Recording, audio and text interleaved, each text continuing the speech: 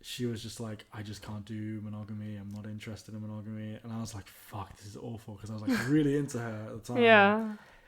And I was just like, do you know what? I'm just gonna like, this sounds awful. I'm just gonna carry on having sex with her and hope that she changes her mind. Oh my god. Cool. So, hi guys. Welcome back to You Can't Make This Shit Up. This is episode 18. My name is Aisling. Thank you so much for listening today. And today's episode is actually kind of a funny one. I guess this is kind of in the essence of You Can't Make This Shit Up. Basically, I have someone with me that I met from a dating app called Hinge. His name is Llyod. Introduce yourself. Yeah. Hi, my name is Llyod. We just met today. We literally just met today for the first time. Do you want to tell like a little story of like kind of like how we? Well, I mean, I just said we met on Hinge, but if you want to just go into like a detail. Like I saw her profile on Hinge, and I saw in her one of her questions or something. I'm not sure if it was like a statement, but it had your link to your podcast on Spotify on it. Yeah. So I was like, that's pretty cool. She has a podcast, so went straight to it before I even liked her. I can't remember if I liked you back or. Anyway, it was a great podcast, obviously. So I immediately said to her, "That's a fucking amazing podcast." So yeah, I was actually really shocked because it was kind of like I was like, "Damn, I really have like a proper fan." And yeah, you would just keep telling me like you listen to different episodes and you really like them, and I was like, "This actually means like a lot." And then eventually I was like, "You know what? You should come on the podcast." So he is here today, and we're gonna go through. You have a lot of interesting stories to tell. Yeah. You do, especially when it comes to like Hinge and dating and relationships. Yeah. So we're going to get into all of that. But first, I want to ask you, what is the most, like, you can't make this shit up type story that's happened to you?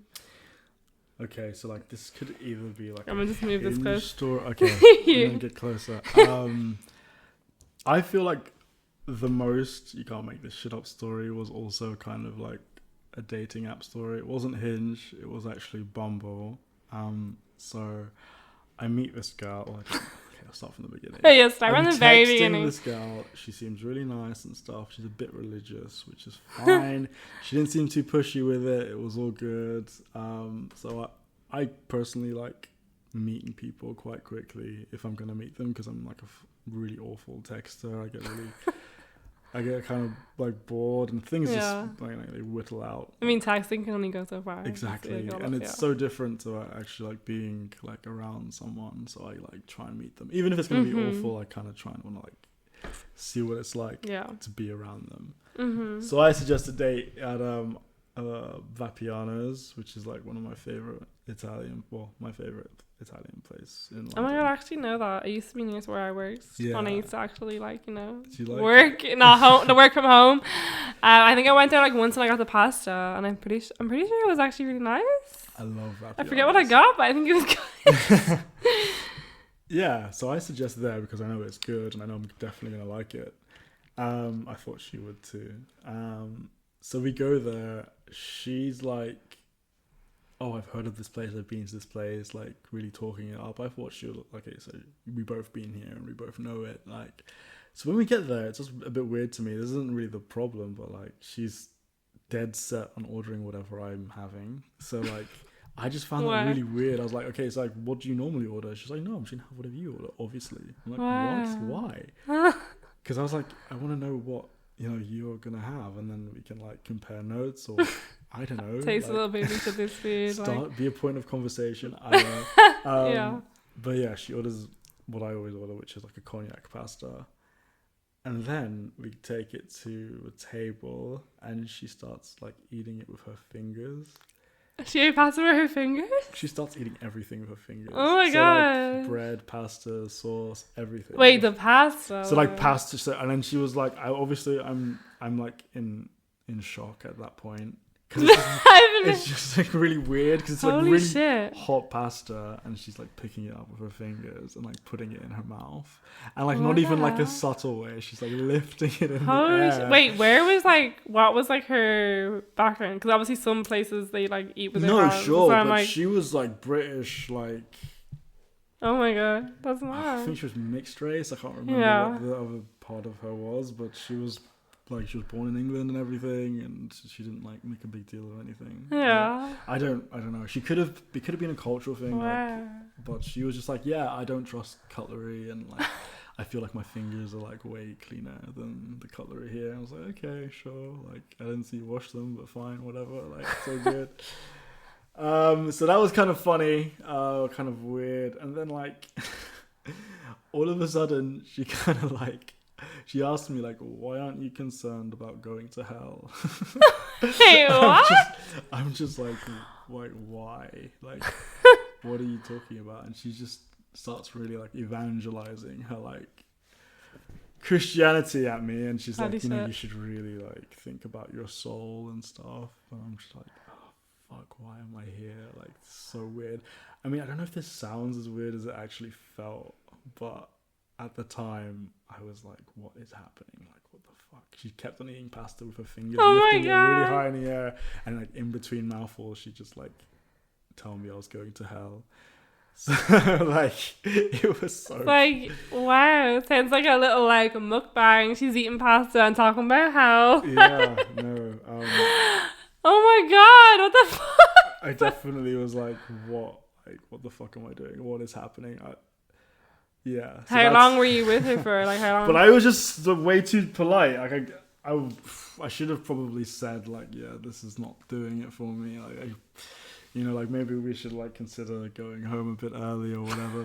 But I was just way too polite. I just sat there for like an hour and a half, like barely talking in this awkward silence with this girl eating pasta with her fingers. Like how old was she? Was she like? she was like 32. She wasn't like that old. Like, Alright. she was older than I am, but It's kind of funny to me sometimes because like a lot of people when they go on like first dates they try to like not, or they try and kind of keep it a little bit vague, like they don't want to go too deep with stuff. But then the people that actually do and like, you know, like eat pasta with their fingers, talk about hell. It's like, oh, what, like these people really intrigue me. It's like, I just didn't understand what was going on. so what happened in the end? So in the end,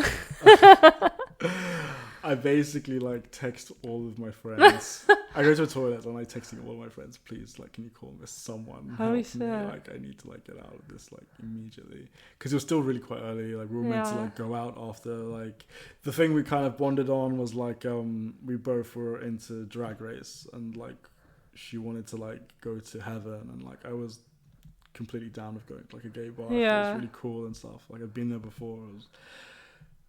But I was like, I need to fucking get out, because it's really weird to me that she's like so devoutly Christian, but at the same time she was like, I don't know. I mean, that's cool. It's really good. Like it's kind of good. Like you're into Christianity and you still don't, like, So she's really, really into Christianity, but she's also like, let's go to heaven. exactly. Yeah. So I thought that was really cool. Yeah. But I was like, she's just quite a weird person. Mm-hmm. Like it was like intense eye contact, but like no words spoken, and I'd say stuff and she'd just look at me and not reply sometimes. Oh god. And I was just like, Right. I felt like I was gonna be like killed or something. Oh, Jesus So, Christ. Fuck. I got a phone call from someone and they made some shit up about desperately needing me, and yeah. Oh my god, so you actually had to do I that. had to do That's that. I've never actually had to do that. I mean, I've had like little situations where like, but never like the actual cliche of like, oh, sorry, I have to go. Yeah, this was like a complete cliche of like like a friend of mine being like, oh shit, Lloyd, my house is on fire. I can't remember. Oh my gosh. gosh. I need you to come and help me. I don't know what it was. But yeah, she heard the conversation. She was like, oh god, you need to go. I was like, Oh my I really need to God. go. I'm so sorry. This is I feel horrible." like if anyone ever did that to me on a date now, I'd be like, I would just think it's too obvious they were trying to get out of it. Yeah. And then imagine if it actually was sincere. Like I can't, I genuinely kind of regret just not just saying to her like, I'm not feeling it, but I was just really shy and I was just really scared of like the response I was gonna Yeah. get from that. Yeah, no, So, sometimes it's just safer to just like not say the Yeah. truth, especially with someone that you don't really even know. You know, it's like exactly. it's not really gonna do anyone any harm. Did she ever try and contact you again? She did like the next day. She was like, to her credit, she was like, "Oh, I hope everything's alright with your friend." I was like, "Oh, I felt even worse." Oh doing god.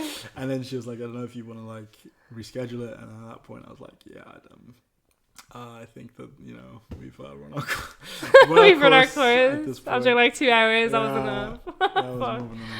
Oh my god. Okay, well that definitely is like Yeah, you that can't was- make the shit up I couldn't type really make story. that up. So let's like find out a little bit more about you. Sure. So what are you all about? Like What do in what way? Like as in, okay, let's say like 3 facts about yourself. Sorry. Factual this is- information. okay, I should have done some homework. Do you know yourself? So I'm into like a lot of like, this sounds, I don't know if this is like problematic or something, but I hope it's not. I'm into a lot of like gay culture things, even though like I am straight, but I really like things like Drag Race and like Queer Eye, and I've kind of like, most of my Instagram is just like following like drag queens on Instagram. Nice. So that's something that usually surprises people, but Yeah. I really fucking enjoy it. So That's it. that's alright. It's just, something else. Kind of like, I don't know, before this was recording, we were talking about kind of like my like relationships are quite weird. Like I've been in polyamorous and like open relationships in the past, and like it just doesn't bother me. Then the third Yeah. fact. One more fact. One more fact. Yeah. Oh, shit. 3 facts. It's like 3 is like the magic number. 3 facts. I mean, I don't know how deep to make these facts. Like, Make it deep. We like Okay. yeah, we like when it gets deep. okay. Fuck. I was a mistake. I was an accident. Like, Really? Yeah, my parents like told me I was an accident as well. They were like, "You're a happy accident, but you're definitely an accident." Which to be honest, I could have probably guessed, because I was like 5 years after my younger sister, who's like, Right. And now wait, so how many siblings do you have then? I've got 3 sisters and a brother. And are they all They're they're all obviously like a lot. How old is your oldest sibling? So my oldest sibling is 10 years older than me, so he's 37. Holy shit. That's So crazy. He's much older than me. And my youngest sibling is... That's funny they told you that you were an accident, because like even like my youngest sibling, he's like 7 years younger than my sibling before him. Oh, wow. And my parents are like, well, my mom is like, nah, he wasn't an accident. He was actually the most planned. And I was like, okay, but it doesn't seem that way. But anyways, okay, cool. Well, that was some insight into who Lloyd is as a person and like how he lives his life. So wait, the first fact you said was, what did you first say? Because I was going to ask you something about it. Wait. Was it the gay one? Oh yeah, so that's interesting that you, because I think that's very different from like, the typical guy. They would like, they would just automatically assume if you were following that kind of stuff that you're gay and like you wouldn't be straight. Yeah. So I mean, to be fair, I think those things have like become like way more like mainstream in recent years. So I don't think you necessarily have to be like gay to like Queer Eye, for example. Or, yeah. Like, Drag Race is just funny. I don't care like what sexuality you are. So yeah, but I mean, I also like, I'm really into sports as well. So like I used to play athletics and like rugby and stuff. So like none of my friends from those sort of circles understand at all like my interest in this shit. So I guess it's kind of like a thing. I guess you're kind of like a breath of fresh air in terms of like guys in general, because guys kind of fit in. I feel like a lot of guys, they fit into kind of like boxes, or like they are just a certain type, whereas I feel like you kind of are like all about a lot of different things that you wouldn't expect. Yeah, I mean, I think like growing up, I was like kind of encouraged to like be my own person. Right? I think a lot of guys kind of feel a little bit like, oh no, I don't know like that, in case like someone thinks. Then the way that's kind of, in a way, it's like the opposite for girls. Like girls can kind of try it and things, like it's obviously like it's considered like what is the word, like say for like girls to just kiss other girls, that's fine. That's considered like almost like a turn on for guys. Whereas if a guy was to kiss another guy, it's like, oh, that means you're gay. Whereas for girls, it's like, oh, it's just a fun thing that girls can do, and it's like it shouldn't be like that. And even when guys say things like, oh, like no homo, but like you're a good person, so like their friend or something, it's like it shouldn't be like that. But that's kind of the way. Yeah, I just think it's like way society more has like gone. normalized for guys to like say things like no homo and try and like not every guy's like that, obviously, but I've come across like a lot of guys that are like that, or like they get so caught up in the idea of their own like masculinity that they can't even step outside the box and try things that aren't considered. And it's sad because a lot of them want to do other things. Yeah, and I mean, you can tell if they want to do different things, but they just don't do it. Like I went to a boys' boarding school. Well, not boys, but like I was in a boys' house at a boarding school. And like I can tell you from first-hand experience, well, not first-hand experience, second-hand experience, that there's way more gay guys than actually like come out as gay, right? So that's what they always say. Yeah. Like there's plenty of people who like, and obviously like, I'm not trying to like tell every them guy. Like, I'm not trying to push them out of the closet or anything, but like, there's tons of guys who like would mess around with other guys and. Like you'd think, oh, right, cool, you're gay, but then like they'd like have a girlfriend and then become a Tory. So it's it's they used to say like when I was in school, like there'd be teachers. There was like one teacher in particular that would be like, you know, like 2 people in this classroom, like by the statistics, are meant to be gay. So like if there's like I don't know, it's like 1 in every 15 people is gay, and everyone be like, wait, what? Like who's gay in this classroom? Like because there was a few people that were like out as gay in my year, but very few, to be honest. Like now when I think about it in life, like I feel like it's a lot more common now because it's more acceptable and like more people are not as like gonna be shamed for it. Like it's almost like it's celebrated now, whereas in the past it wasn't as much. But yeah, because if I feel like if girls can experiment and people don't really care, and it's like, oh yeah, like you should do that, that's like fun, cute, hot, whatever, then it's like for guys it should be the same thing, but it just doesn't really always go like that. Doesn't translate, unfortunately. Yeah, there's just a lot of things that don't cross over. I guess that's just like the whole conversation of equality is like certain things are just still not really equal at all. Yeah. I don't know. It's just it's so much homophobic behavior is like really normalized, especially like among guys who like watch football and play football, and I don't know, it's like a massive football culture in the UK. Like it's extremely homophobic at the same time, so you can't really be like who you want to be and still be involved in certain things, unfortunately, which is fucking stupid, obviously, but hopefully that changes as soon as possible, right? Yeah, I mean, I feel like stuff is starting to change, kind of. Like, I think so. Yeah, I think like when more people are like open about who they are, it gradually starts to get better. Yeah. And like I don't know, I feel like I haven't met someone like you in a while that's kind of just like comfortable. Like because I just feel like a lot of guys in general are not that comfortable in kind of fully expressing who they are. Yeah. And I feel like I'm friends with guys who kind of are quite comfortable in expressing who they are, but maybe you can spot them. I don't know. But anyways, so I mean, I guess that kind of brings us to the next kind of topic of relationships. I mean, the whole reason that I guess like what we really want to talk about today, because obviously like we met on Hinge, and that's where obviously that's literally created to like help relationships blossom. And you've always told me a little bit about kind of the type of relationships you've been in, but you obviously are someone that seems to be quite comfortable in like trying out different things and being very experimental. So I guess like what has been like the most, I guess, impactful like relationship that you've had to date? I think it was like the first kind of open relationship I had. Wait, the first open relationship? So you've been in a few open relationships? Two. Three. Okay. Wow. Yeah, I've been busy in the open scene, right? I've never actually met anyone that's been in an open relationship. So when you told me yesterday that you were in one, I was like, well, I've never actually met anyone. I kind of like looked. I obviously, to be in 3 open relationships, you have to look for 3 open relationships. Like I was looking for an open situation, and that's how I got them. Right. But yeah, the first one, I wasn't like, it wasn't intentional. I just liked a girl who only was interested in open relationships, and I actually was like really against it. I was like, that's really bad. Like, I'm gonna get super jealous, and like this is. When did this happen? How long has it been since? Oh, this was like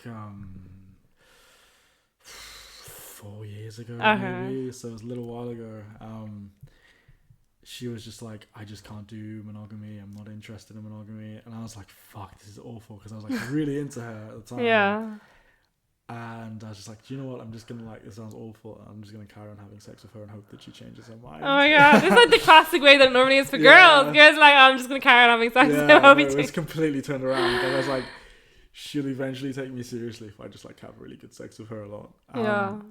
Obviously that didn't happen, but like we kind of got closer anyway. So I was like, you know, fuck it, like whatever, like do whatever you want, just don't tell me. And then I started like really liking it, and I found like I just kind of discovered a really like interesting part of myself where like I kind of enjoy hearing about my partner and watching my partner be with other people. So that kind of became like a big part of it for me. Yeah. By the end of the relationship, like I wanted it to be like a little bit more open than she did. No way. That's so weird, because most times it's like people, they always recommend like you should never try open relationships if you're not like 100% on them. No. And that was kind of how you were. You weren't 100%. You thought you would change her to be like into monogamy. I agree. Like I still wouldn't like. I would say that don't try it unless you've like 100% into it. I just think I was just really lucky that it actually suited. Would you say that was like the first person like? Were you like in love with this person? I was definitely in love. Would you say that was like your first kind of like? This was probably the first person I was like in love with. Because I honestly do think that like the first person that you're kind of in love with, they actually shape a lot of the ways and that you'll like go for it and see different people. So that might be a reason why you ended up being like, you know, I'm actually into this open type of thing. I 100% agree. She's the first person I was like properly in love with, and it completely shaped like what I look for in a relationship. I mean, now I'm probably not as like stringent. Like if it's a monogamous thing, then fine. But as long as it's like in some way adventurous, then I'm happy.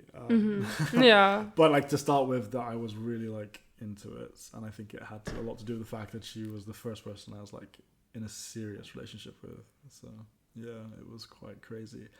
So before that, had you been in like any sort of monogamy relationship? I'd been in one other relationship, but it only lasted like 5 months, and it was it was monogamous. But yeah, I mean, the way I see it as well is like in a lot of monogamous relationships, what you get is like people cheating or wanting to cheat, and then just not being able to talk about it. Yeah, and that's why the relationship ends up ending when it's like maybe it could have lasted if you guys had just fucking like communicated.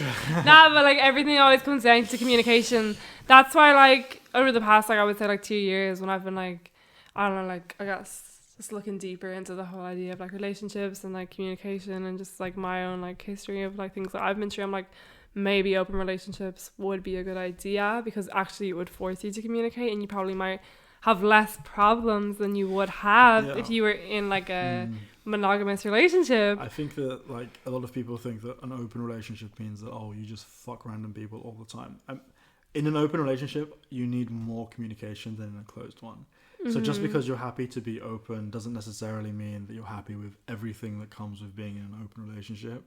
So we had a rule, for example, that we couldn't see the same person more than like a few times, and we had to tell each other whenever we were going to see someone, and we couldn't stay overnight at anyone's house. So like you can put rules like that into your relationship depending on what you're comfortable with. And so that was this is the first one that you were in? This is the first one. And so like, even though she was like, I want to be in an open relationship, she was the one that was obviously putting exactly. Okay. Right. And obviously like you have these like things like protection are really important. Like so you just have to be really honest and open with whoever you're with. And I think that's the reason why like a lot of people like that want to be with other people don't just communicate that to the person that they're with, or even people that are like, you know, not in relationships but more like a situationship or entanglement type of thing, because they don't want to have to do that work and do the communication, so they'd rather just like have someone that they kind of like fuck, and they almost are kind of almost with them, but then they also want to get other people, and instead of just kind of like communicating they just don't want to have to do that work, and they might think the other person isn't going to accept them for that. So then they'll just either cheat or just never, if you're in like a situationship type of thing, they'll just never communicate that with the person, because I'd rather just kind of, it's just easier to just like not have it be spoken about. I mean, it's easier, but it's actually like way more stressful. Like I found when I was just really open and said, look, I'm gonna see this person next week, and I hope you're okay with it, and then she was like, yeah, that's fine. I felt just so much better about the whole experience. I was like cheating like is stressful, right? And even like being dishonest to someone is like stressful, because you got to come up with a lie, and then you have to remember that lie forever, and if they ever catch you out, you're fucked, basically, right? So it's just so much, it's easier to just not tell the truth, but I think that it's like way less stress to just be like, yeah, this is what I'm gonna do. And I think it's like, I don't know, I recently like saw this thing. It's like guys don't really think about the why behind what they do, they just do it. Let's just take it for cheating, for instance. They don't know why they did it, they just did it. Have you ever cheated? I've never. Wait, hold on.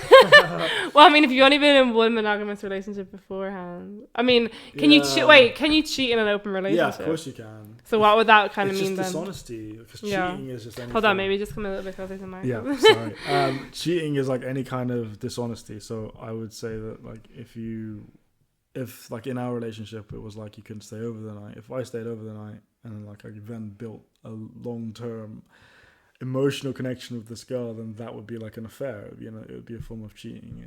But in a monogamous relationship, it's easier to cheat. So in the one monogamous relationship I was in, I did talk to a girl for like a little bit, like as we were getting together. But I don't know if that really counts. But we were kind of together, so maybe a little bit. Wait, when you were in the first monogamous relationship. Right, okay. So you were talking to her while you were in the other relationship? Yeah, I kind of overlapped a little bit. Yeah, okay. Oh, wait, so then what about the second, like, open, and the third one? Were they any different than the first, or were they still pretty similar? Second one was pretty similar. It was kind of the same thing. That was like for a year. Yeah, that was less intense than the first one. It was kind of fun, and like I'm still friends with her to this day. She's in a monogamous relationship with a guy now, which is good. So was it like when you went into the second one, were you kind of like, was that your intention, or was it both of you guys? You both wanted to open? It was kind of more like I wasn't expecting. After my first open relationship, I was like not looking for anything serious at all. I was just trying to like have fun. But then it happened again. Like if feelings get caught sometimes if you have sex with someone enough. So we kind of fell into it again, and it was fine. It was just, at the end of it, we were kind of wanted different things, and it's all good.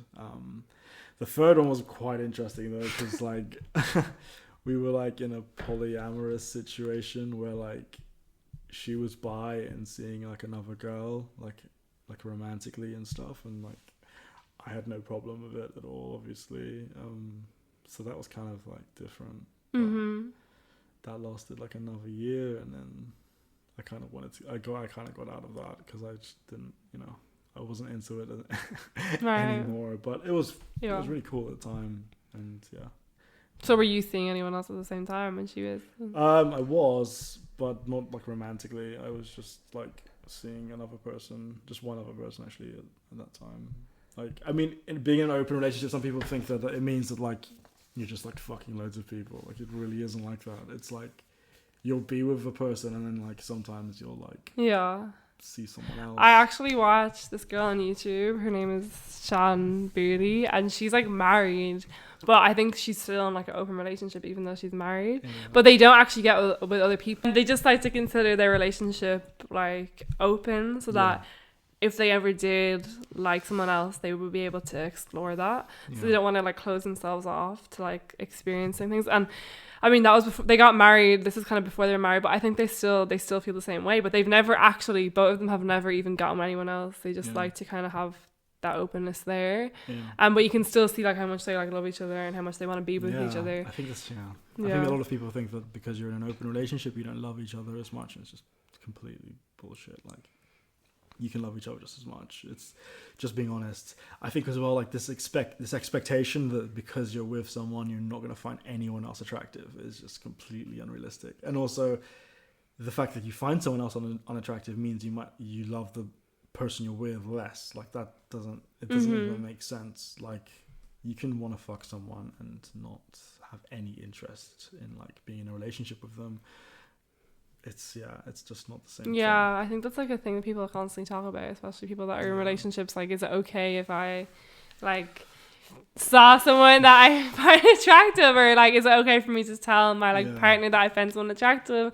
And it's like, I feel like, I think I hadn't answered this before. I was like, it's like normal to like find the people attractive, but like it's like ultimately you don't consider being with them because you want to be with the person that you're with.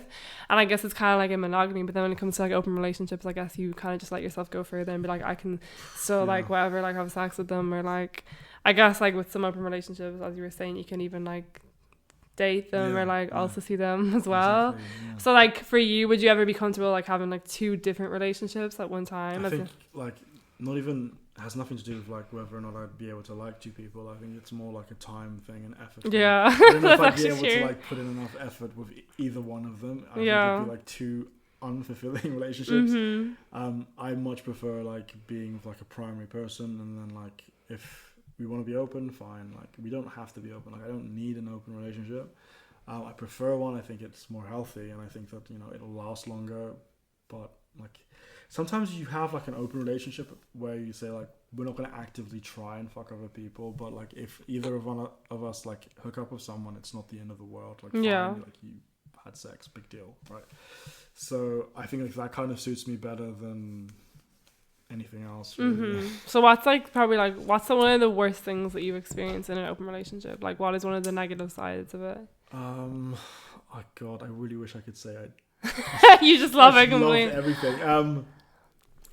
I mean, sometimes like if you're with, it's really easy to be in an open relationship with someone who doesn't want to really be in it, but it's just saying they do to be with you.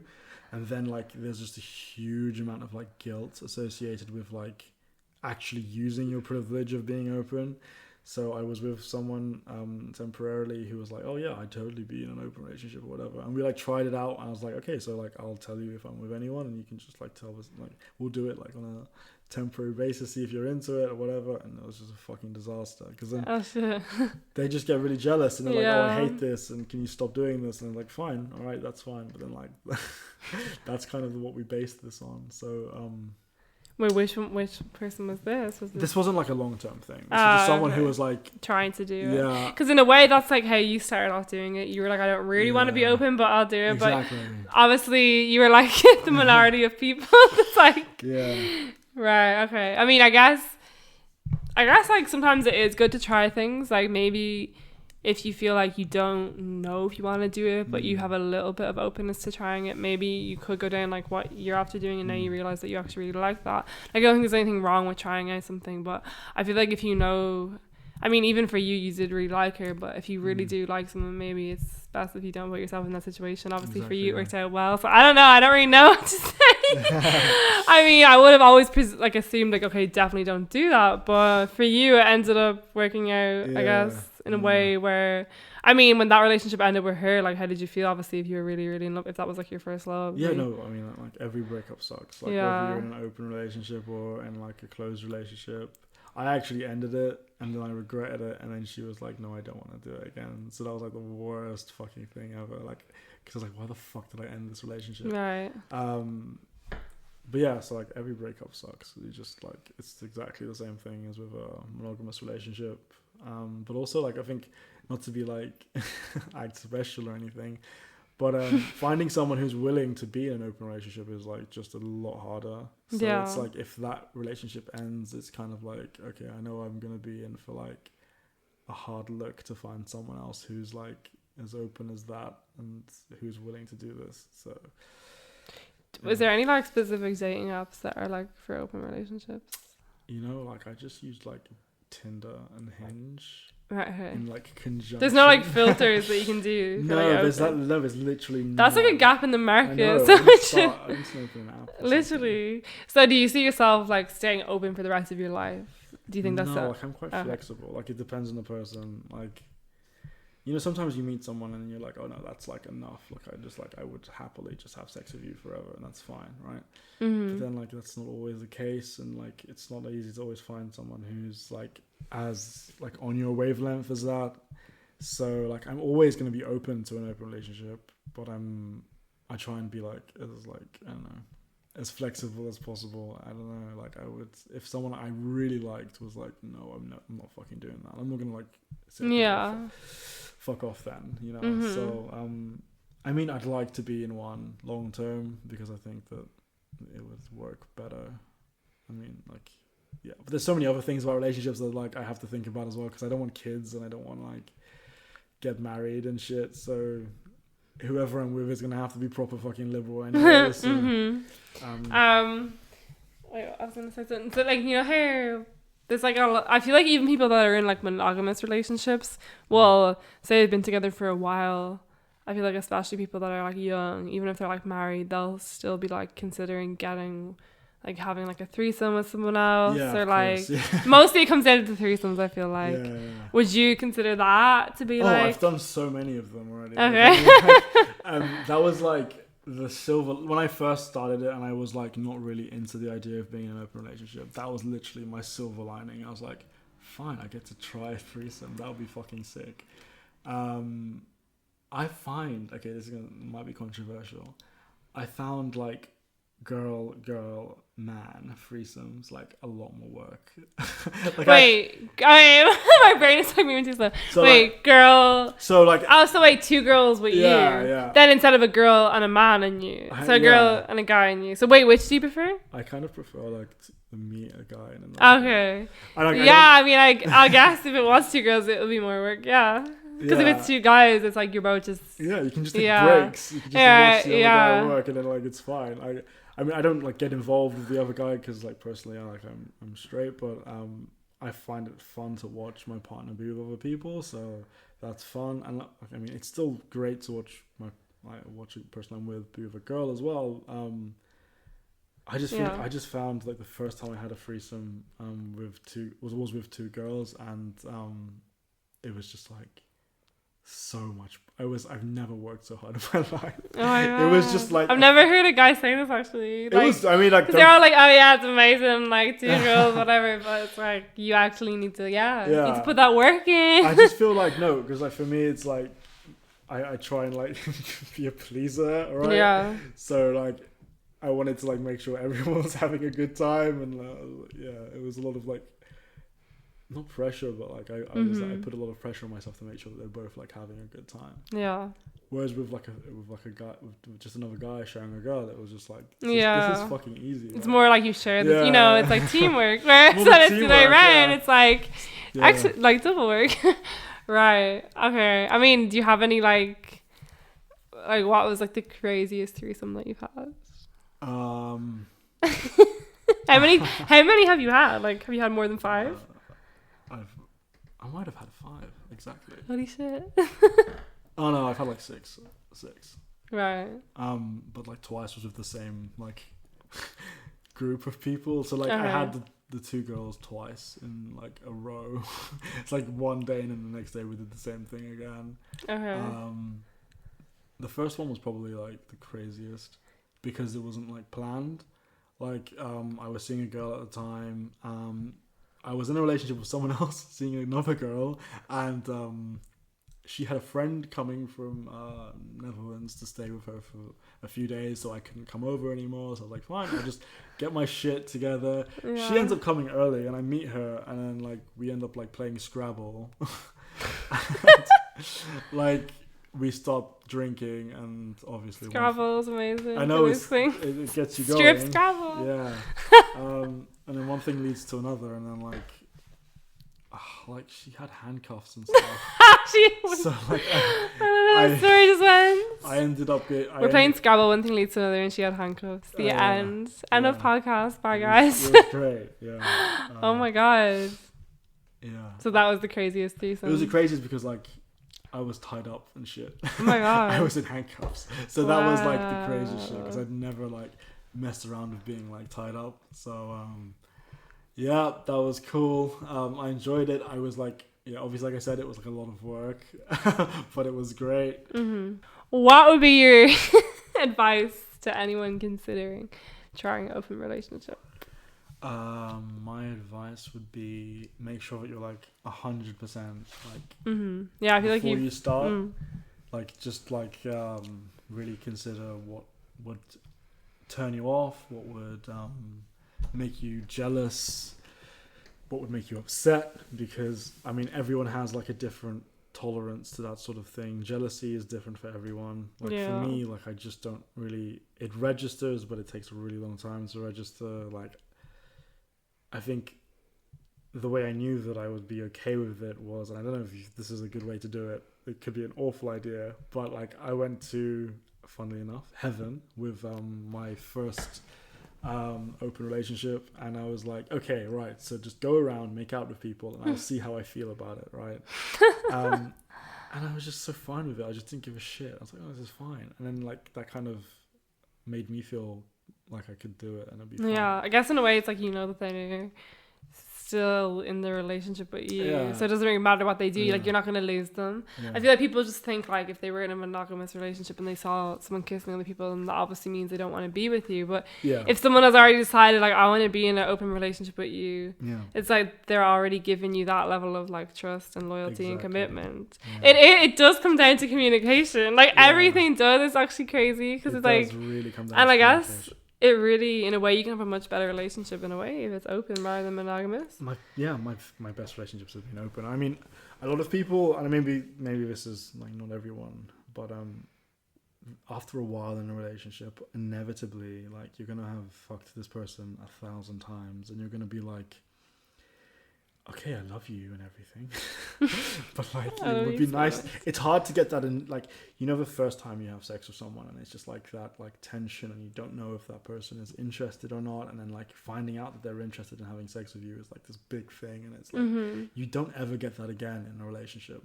But in an open relationship, like you can have that as much as you want, within reason, obviously. So it's kind of like. For me, it was like I had no interest in ever cheating. I had no interest in ever being dishonest or in ever like not telling my partner everything that was going on, because there was no reason to. And I mean, I think if like as an advice to people who are thinking about it, like just think of what your motivations are for being in an open relationship. Like if you're just doing it because you think it'll be fun, you might find out that actually you get really jealous and you fucking hate them. I think that's why people don't do it, and the reason, say like why someone might cheat, is because they want the benefits of having a monogamous relationship, because they know that person is 100% devoted to them, and that obviously fuels them, whereas then they can still go off and get other stuff. They don't like the idea of their partner being with other people. No, I mean, devotion is like a subjective term. You can be devoted in an open relationship as well. And there's also times when like you're not in a place where you're happy with your person, with your partner being with someone else, and you just say that to them, and they're like, can for the time being we like shut it off? Fine. Like we did that all the time, where it'd be like months when I wouldn't see anyone else and she wouldn't see anyone else, and then like when you feel more confident or whatever, then you can go back to it or not. Like it's just about like you said, like communicating constantly about how you're feeling. And I guess you can have like, obviously like what you're talking about sounds like a healthy open relationship. I guess you can have like unhealthy types of open relationships. Of course, you can have unhealthy monogamous relationships. You can have healthy monogamous relationships. I mean, what would you think is like, what do you think you miss out on from not? Do you think you miss out on anything from not being in a monogamous relationship? Like, is there anything that you look at a monogamous relationship and you think, oh, that actually is kind of nice. Like I kind of maybe would want that. Not really. Because I just think that you can add anything you want to an open relationship. If you want to be like living with someone, and if you want to like have kids and have a dog and have like a fucking fence, you can do whatever you want in an open relationship. Like it doesn't change anything about your relationship. It's literally just, okay, I might fuck someone else sometime, and I'm gonna be honest about that. I'm gonna tell them about that. And they're going to be cool with it. I'm going to be cool with it. And I'm going to be cool if they do it as well. So it's balanced. I mean,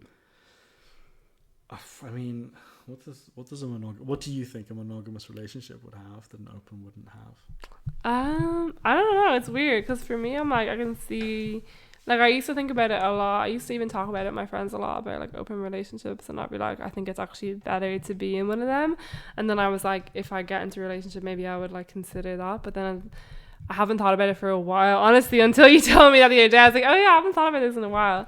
I think, like, for me, over the past year, I've started to be like, I just want to, like, actually work on trying to, like, find a person that I would actually be 100% like committed to, where it would just be like me and them, and we wouldn't.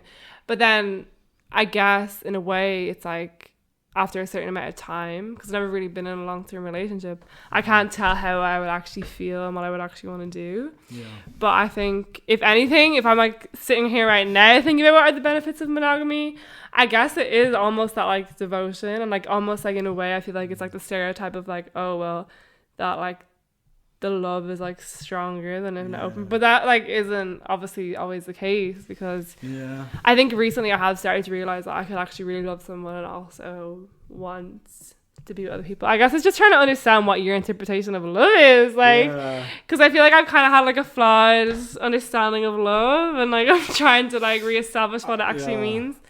I think it's just so much more subjective and like individualistic. You just have to find what's right for you. Like, this is right for me. I don't think that it's right for everyone. I think it's just like the way that it works for me, and you know, that doesn't have to be for everyone or anyone even.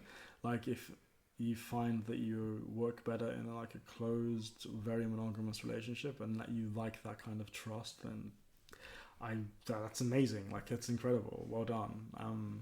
But like, that doesn't have to be everyone's outlook. So it's more like a journey of figuring out what you want to do with yourself, and there's no wrong answer. Like, I think I used to see like love as like kind of like being obsessed with the one like the person that you like. I was fucking obsessed with the person. I know, but like, it's weird because even like last year, for instance, like I was obsessed with this one person, I was still getting with other people, but like, so in a way it's like if I was able to be obsessed with this one person and I was still getting other people, that must have been a certain level. But like, obviously I wasn't actually in a relationship with the person that I was obsessed with, so I had more like, what is the word, like I guess like I was able, it was like easy to just whatever go away, and like it was more understandable that I would do that.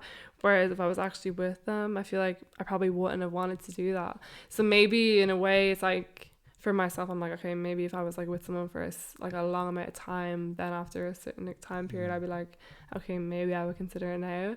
But I don't know if I would actually enter straight into like an open relationship with someone when I'm only just getting to know them, if you get me? Because it would be like, I think most of the time, like even when I first did it, like the first few months of my open relationship, we didn't do anything else, because you have the honeymoon period with that person, and the only person you want to see is that person, right? So it's not going to be, you're not going to be doing anything. It's more like, I feel like it kicks in like 6 months in, really. Like it kicks in like, I haven't like gotten that far relationship with someone to even know. But I mean, I guess it's cool to have your insight on it, because I really don't know anyone in my actual life that's like doing open relationship. You're a special person. Okay, next, I wanted to just bring up, obviously, before we started recording, you mentioned that you're like an avid OnlyFans user. And that's crazy to me, because I actually have a podcast episode on OnlyFans. And ever since I made that episode, I've kind of been wondering, like, who are the people that actually subscribe to OnlyFans? So I was shocked when you told me literally just now that you are actually one of them. I'm like, okay, wow, finally I met someone. It's like, finally I met someone in an open relationship that subscribes to OnlyFans. So I guess, like, what's just like your kind of like, why do you subscribe to people's OnlyFans, and like what's your intention behind it? I prefer it to porn. Right. Like, it's so much better. And the few people who I've actually subscribed to, like, I followed them on Instagram for like ages, like just being a perv basically, and just like following them for a really long time. And then like they changed their price to £3.50. I'm like, I'm definitely gonna follow you.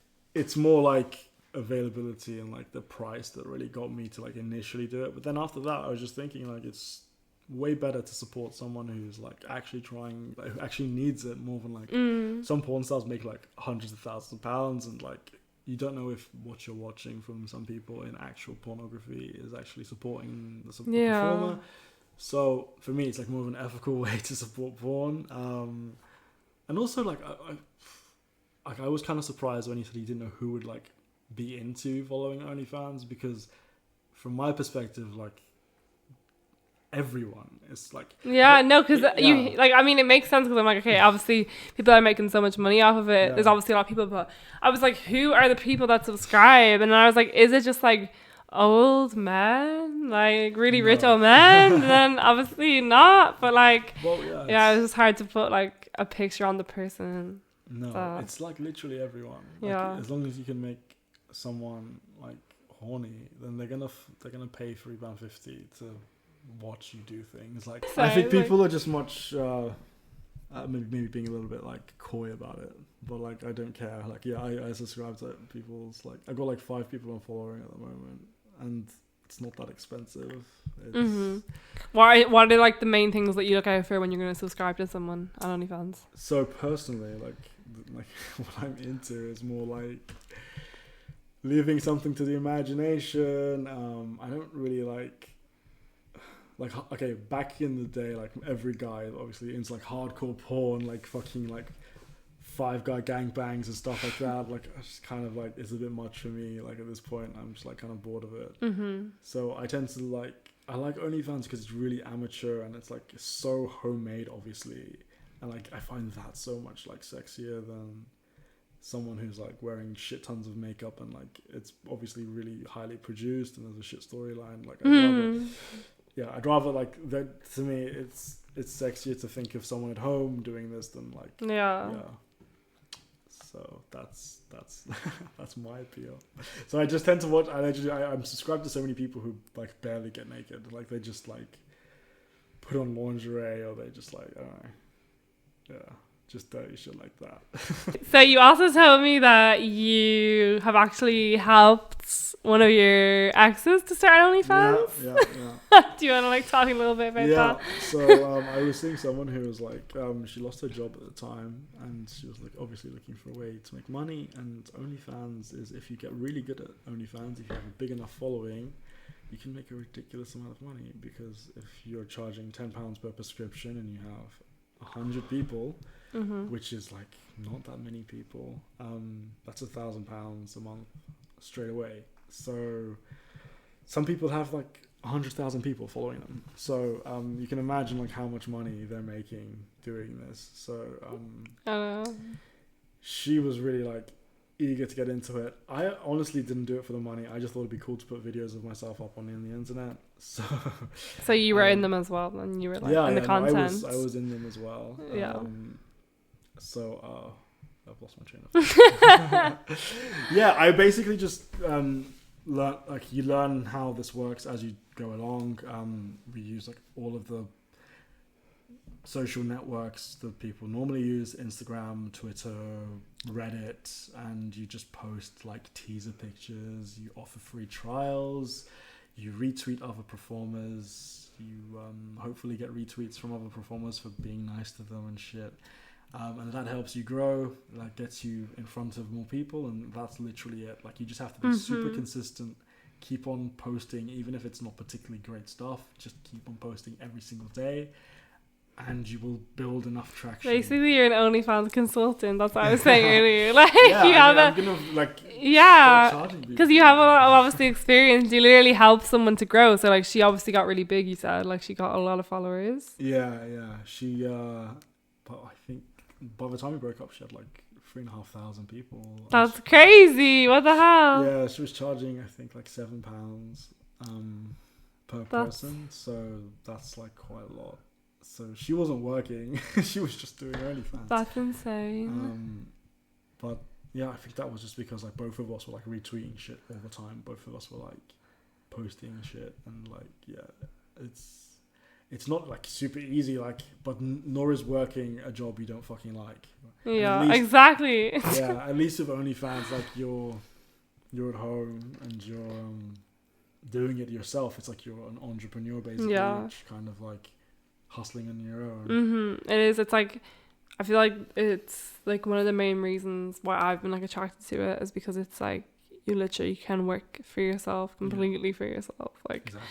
And it's obviously it's hard work, but in a way it's easy because you literally don't have to rely on anybody else. You can just do the whole thing yourself.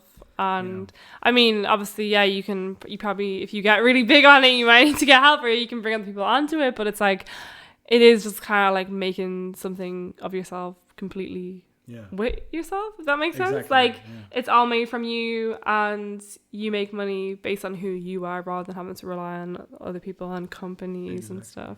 I mean, but then at the same time, it's like I also see some of the negative points of it. Like, do you see any negative side points of it? Well, I think you have to be prepared to like obviously deal with a little bit of shit from people, because it's just shit people out there. So you're gonna hear people say shit about you, and for some people that's harder to deal with than others. I think like for me personally, I just don't care, but like definitely that can be an effect. Like cyberbullying is a real thing. Like it can happen. People will judge you, and obviously like really vulnerable thing. Like putting your body out there, you're gonna get people offering you like feedback as if they have an entitlement to that sort of thing. So I think you have to be like definitely in the right headspace before you even attempt to do it. And I think like a lot of people consider doing it, and they don't really consider like what effect that would have on them. Yeah. So it's did she ever have anything bad happen from it? Yeah, like I think a few times like you just get some really shit comments from people, and like if you're insecure already about like maybe your size or whatever your shape, then it doesn't help to have 100 or 1,000 people telling you, oh, that picture's disgusting, or that picture's disgusting, or could you shave this, or could you shave that. Like it's not necessarily like the most ideal thing. But I think it's like keeping like a healthy distance from you and like the people who consume the stuff you make is really important. And you kind of have to almost see yourself then kind of as like a business. It's like if someone wants a certain thing from you, or is like, oh, can you please? Oh no, like, you've got to be like ruthless. Like no one, there's like you can't give anything to anyone for free unless they're gonna keep on asking for it and expect it. Like, so you have to say no to so many people all the time, and then a lot of guys, they think they might get the wrong idea. They're like, they think that because you followed them on Instagram or you followed them on Twitter that you like them or something, but you have to make it clear that actually no, this is like I'm just trying to make money. But yeah, it's there are definitely like pitfalls like that, and I'm sure there's loads of other ones which I didn't even get to see, but I think it's a good thing in general just because like it gives people an opportunity to make money from something that they control. And do you think it's like a long-term thing for people? Like was she gonna like, is she like, I mean, I don't know if you know if she's still doing it. I do know she's still doing it, but like in terms of like it being a long-term thing, like you can do it for like years. Like it's pretty new OnlyFans, right? So like I don't know if it's gonna still be here in like 20 years or whatever, so you might as well make the bag right now while you can. But yeah, I would definitely still go to university. Like University of OnlyFans. No, it's good, but like obviously be careful. Like basically, that's like the same thing with everything. Like you just want to be careful and look after yourself. And if it's not feeling good at any point, just cut it off and stop. And it's kind of about trusting yourself. What you want, you just have to know yourself and know. Like maybe you should wait until you're fully certain if you want to do it before you start. Or you can always experiment. You don't have to let anyone know about it because there's no Discover page or anything like that on OnlyFans. No. So you can make one and test it out and see if that's what you want to do. Yeah. Okay, cool. Well, you were saying earlier that you went to boarding school and you have some funny stories from there. Well, funny and like tragic. Shit. Well, I mean, because it was a mixed boarding school, which I don't know how that's legal. I didn't know there was such a thing as girl and boy boarding schools. In Ireland, it's not a thing. I don't think so. Yeah, well, there's one in Harpen called St. George's, which is mixed, and that's where I went to. And boys and girls in sixth form, they were put in the same house. So you get a lot of people who obviously end up having sex with each other, and things happen as a result of that. And I mean, like at the time, like it's fun and stuff, but like at that age, especially like a Catholic boarding school, like you don't really like think about consequences too much. But yeah, it was crazy. It was like I can't believe they're putting us all in the same fucking house. Like this is stupid.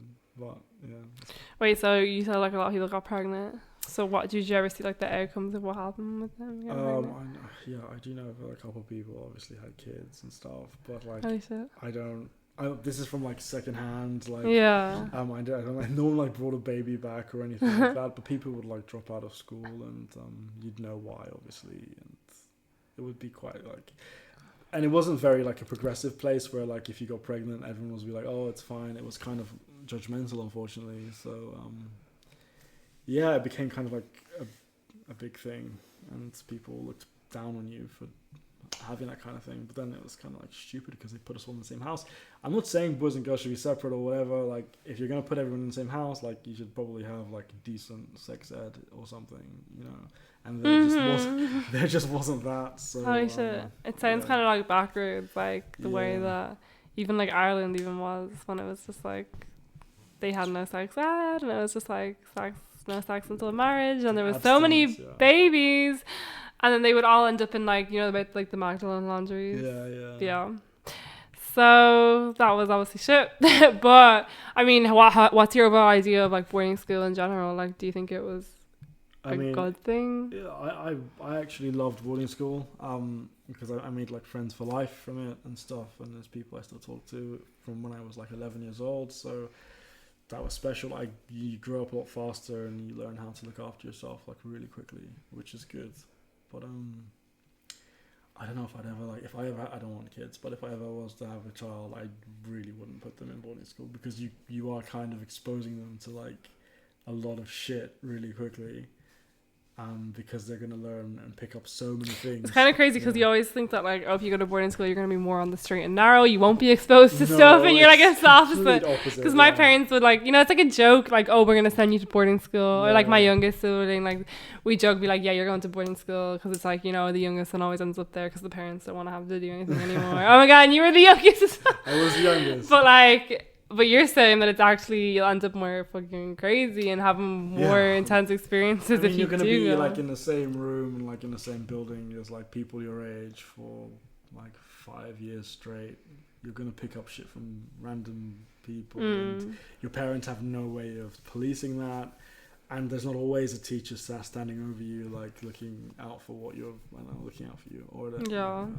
So you're going to pick up shit from random people who you don't know, and people are going to get up to stupid things because kids get bored. Like it's not like after school you go home to your parents and your parents like do your homework, do you tidy up your room, like get into like it's kind of mad that you never had that kind of almost. I never fucking had that. I went back to a boarding house with other boys, and like we all had to like, we were told to tidy our room, but then we just did nothing, and then we just like fought each other. That's insane, because like I feel like all I know is like growing up and like going to school and then come back to like, you know, my house I lived, and like it's weird to think that I could like someone else would have a different life where they were like completely separate from their family for like all their life, because you were in boarding school from primary school and secondary school, which is crazy. Really didn't want to see me. Do your parents live in London? My dad my dad lived in Abu Dhabi, and my mother was like traveling quite a bit, so that's why they put me in boarding school. So. Okay. Yeah, fun times. So are you happy that you were in boarding school, or were you like? Yeah, I don't have any regrets. Like it's all I know. And I had like fun. Do you think it's obviously made you who you are today, or do you think you would have? 100%. Yeah. Like, everything about me is because I went to boarding school, basically. Everything, I think. Literally, even my sexual liberalness is because I went to boarding school. And the thing is, like, you're going to pick things up so much more at a boarding school from your peers. And if you're around people who are a certain way, like, it's going to have so much more of an effect on you growing up. Yeah. You literally become like people you're surrounded by. It's so true. Yeah. Like, you think that it's not, you feel like, I am my own person, but it's like the 5 closest people to you in your life. They're literally who you are, and it's really true. Yeah. If you're surrounded by people who believe in certain things, you're going to think that way too. Or the opposite, if you're with people who think the opposite way of that, you're going to be like that too. That's why it's good to be with people who kind of are always like trying to like, I don't know, do better or like succeed in different things, because then it's going to push you to do that too. Exactly. Yeah. Whereas if you're around people that are kind of like, fuck this shit, I hate life, then you're going to feel that way too. Yeah. So maybe go check that and make sure that you're not around shitty people. But yeah, I mean, what is like one thing people don't wouldn't know about you? I mean, obviously you've said a lot, but like people in your life that know you, is there anything that you feel, or like people would kind of misjudge you by or not expect? I mean, you've obviously said a lot that people might not expect, I'm a but massive nerd. I think. Like I'm into a lot of different things, but like I think a lot of people don't expect me to be like quite so nerdy, and like I'm into like cartoons and like anime. What cartoons? Oh, anime. Okay, cool. And I read like manga a lot and shit. Yeah. I know that a lot of my friends are like, they just completely don't understand that, and they're like, what the fuck are you doing? But yeah, and I'm like really into like space and shit, like Really? aliens and yeah. No, actually, I don't know if this is to do with space, but last night I watched The Matrix for the first time. For the first time. Yeah, I watched it with Kenny, and he was just like, "How have you never seen this?" And I was like, "I don't know, but I've heard about it my whole life. Yeah. I've heard all the quotes, like red pill, blue pill, and I've never brought myself to watch it." But like it? The thing is we only watched like, I would say, of the first quarter of it, okay. And also we were kind of high, so then I fell asleep, and it was literally like all my dreams were literally like The Matrix. It was almost like I felt like The Matrix had planted itself into my head. It was the weirdest shit ever. I thought it was like, anyways, yeah, it was weird. Sorry, that's just my train of thought went off there. But yeah, I like those kind of things where it's like, I mean, I still don't obviously fully understand the movie because I only fell asleep. Like hadn't even got halfway through. But yeah, so you're into like aliens. Yeah, conspiracy, I'm just into, like, science, aliens, conspiracy theories, and I don't know that people wouldn't like. I don't know if people would like initially say that about me from just meeting me, but I think I'm like a layered person, you know. Like there's like different shit about me. And, yeah. You have to peel back the layers like an orange. Like an ogre or something. Like a what? Did you watch Shrek? An ogre. Wait, what do you mean peel back the layers like an ogre though? I don't get it. Because Shrek is like an onion. Oh, wait, why is he like an onion? Have you not watched Shrek? I have, but what's the onion thing? I'm trying to, what? I'm an ogre, I've got layers. He says that. Ah, okay, sorry, I thought you meant like ogres have layers and they have to. Well, that's what he says, yeah. Oh, okay. Okay. No, I used to watch. Show you a clip I used to watch Shrek 2 all the time. Like my little brother used to constantly watch it. Like I used to know the whole movie off by heart. I feel like it's in Shrek 2 that he's. Shrek 1. Like, okay, that's what. Yeah. No. I used to watch Shrek 2 all the time. Okay, that's the wrong Shrek. Okay. Well, is there anything that you also want to talk about? Anything else that you want to bring up? Anything that I haven't asked you about? Before we finish, you want people to go follow you? Oh no! Shout out all your. But now he wants to start a YouTube channel on a podcast. Maybe if I'm on this again, I'll we'll bring you back on for sure. Which I don't know what it's going to be about just yet, but I want like guests. Maybe I'll interview. Yeah, you should interview. Can you pronounce my name? No. I just pretend names are irrelevant these days. Yeah, I don't want anyone to follow me anywhere. Okay. Are you sure? No, so yeah, you'll start YouTube and a podcast. Yeah, start a YouTube, you should do it.